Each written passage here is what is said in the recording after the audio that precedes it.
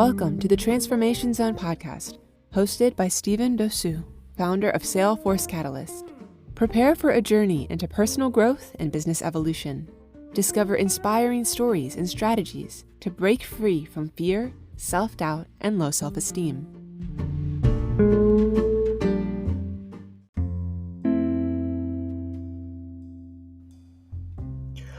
Hi there, ladies and gentlemen. You know who's on air again today? Stephen Dossou, all the way from Togo, Togo. Hey, listen.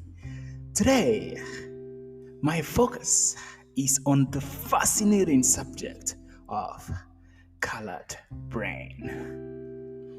I know you're wondering what has this guy come up with again today, right? But this stuff is real, okay? Just stick with me, and we're going to uncover truly what colored brain is about. It's a science that is out there and that enables people to get together. But you know what? Let's save the best for last. Let me tell you a story. 3 years back, I embarked on a project with my longtime friend, Maxim Amosov. Shout out to you, Maxim, if you hear me. Our mission was to pioneer a software that will power a suite of technology designed to process the mineral called phosphorus. Okay? And it was from wastewater, and that mineral will then be transformed into energy and various other materials. So it formed part of the waste management and sustainable as well as renewable energy program of Waternet, which is the water company of Netherlands. You get it? Now, the engineer on the project, he's my friend, Maxim Amosov.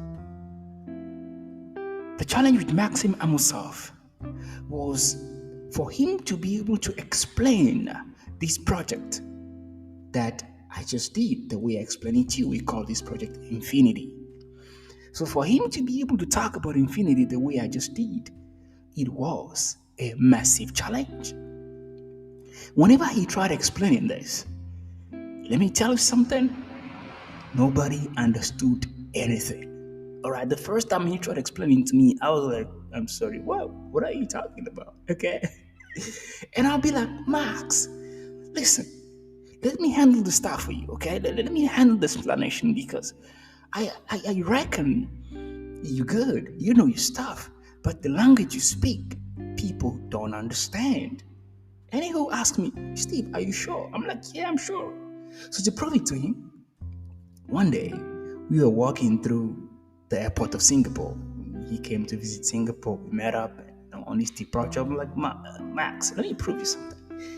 We went to the airport and I walked to this random woman. I said, Max, every project, doesn't matter how complex it is, if you are able to explain it to the dumbest person on earth, and they understand, I mean, not to say that anybody is dumb, but my point is, if you're able to articulate your project in a way that anybody can listen to the first phrases and second, and grasp the meaning of what you're talking about, then you know your project is key.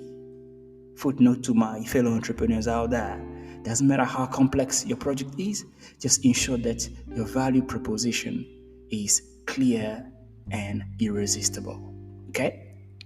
So, I said, Max, try explaining this thing to this lovely random woman that, she was willing to lend us an ear. Max went on very passionately in this ramp and he used all these technical terminologies.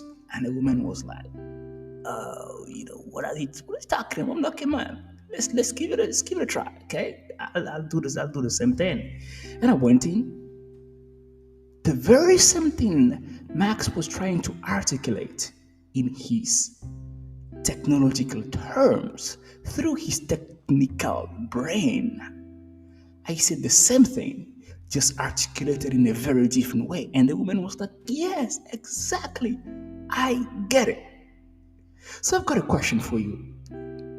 Have you ever found yourself in a situation where you had a brilliant idea, okay, or you tried to explain this idea, communicate it, and for you it made perfect sense in your mind, but you try to articulate it, and people go like, uh,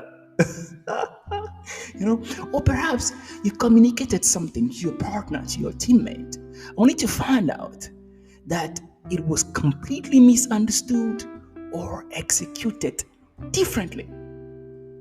You thought they understood what you meant, but they understood it in their own way. You see, the issue there is not that people don't really understand what you mean. No, it's just that they don't understand it the way you do. And that is where conflict emerges from. That is how trust is broken. Okay? So, what does this have to do with colored brain? What does the example of Max and I have to do with colored brain? You see, colored brain is a science, a model developed by Arthur Carmazzi, the world's #1 thought leader in organizational culture. Arthur is the pioneer of DCI psychology, directed communication international. That's what DCI stands for. The scientific approach of colored brain focuses on understanding the brain's ambiguity relief process. How our brain processes and communicates the output, which is the information that's result of that processing. So in our daily interactions, we often express ourselves, with using very common denominators. However, colored brain science reveals that each type of brain processes information in a different way that is unique to them, perceives information in a different way that's unique to them, and delivers that information out of that processing in a unique way to them. That is why Max could speak and understand for himself and with his technological terms, but I, or the woman at the airport, doesn't get it. So, what are then the type of brains that we have? Let me start from the green brain, which I am, by the way, and that is called the chaotic processor. So some of the characteristics about the green brain is that they thrive on chaos, okay? Yeah. So for them to really gain clarity, they have to take action, okay, amidst of the chaos. And they are great visionaries, okay, because they can actually see the whole vision, and these are very big dreamers and big risk takers, okay, and they are consistently taking action, and they are full of ideas, all right, and usually they are very easy to adapt to situations. So even in the midst of chaos, when they are building a project and things go wrong, they are quickly able to make adjustment even before people realize, and they are able to keep going. All right, and they will always communicate in grand ideas. That's the green brain. Okay. Second one, red brain, also known as the linear processor. Okay. So what is particular about the red brain people? The red brain people seek clarity through structure. They identify the patterns in various moving parts of the project. They take it, they create a structure. Then the pictures start becoming clear. Okay? And then based on the structure, they can then have numerous ideas. And with that idea they can then take action. But the challenge with gathering all these moving pieces, it's all about information, right?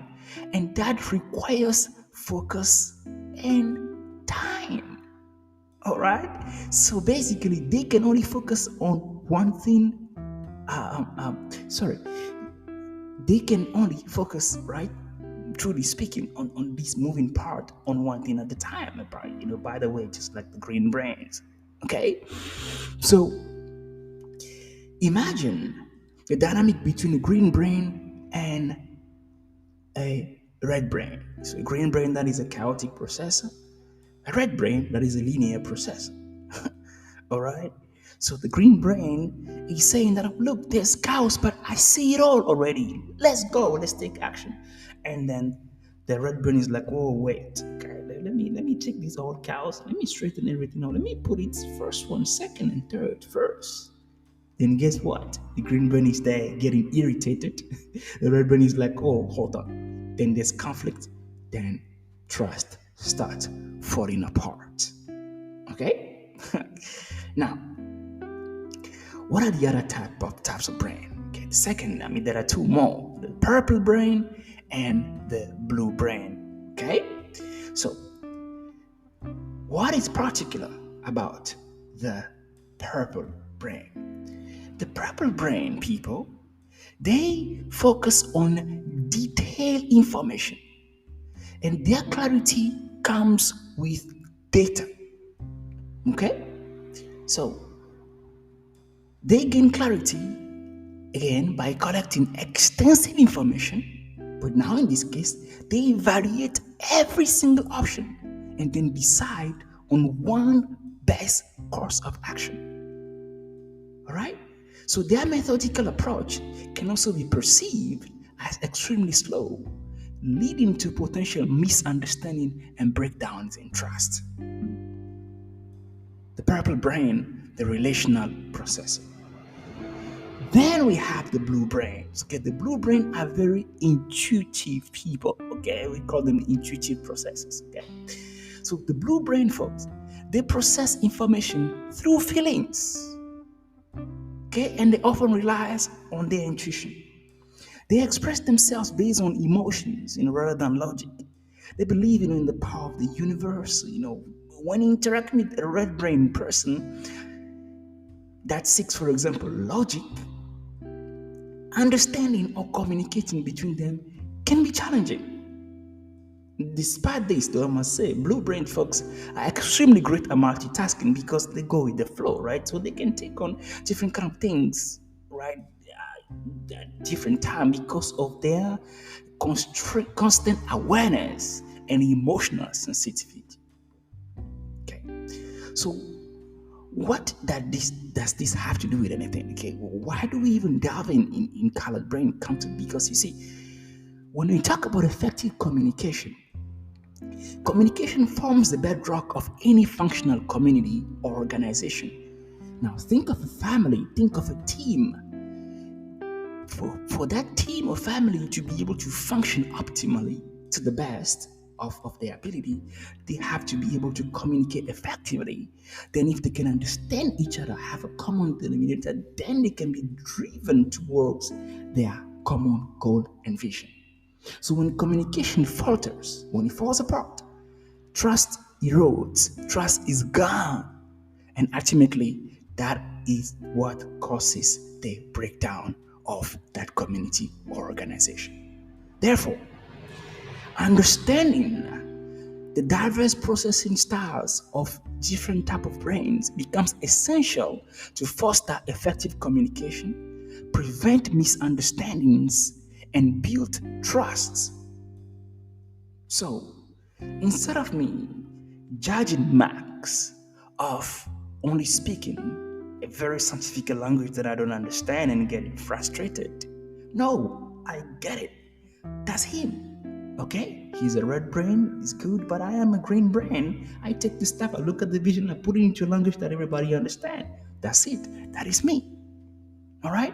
So, before passing judgment on others' comprehension or others' communication, it is crucial that we get a certain level of acceptance towards one another and not being what Arthur calls a brain racist.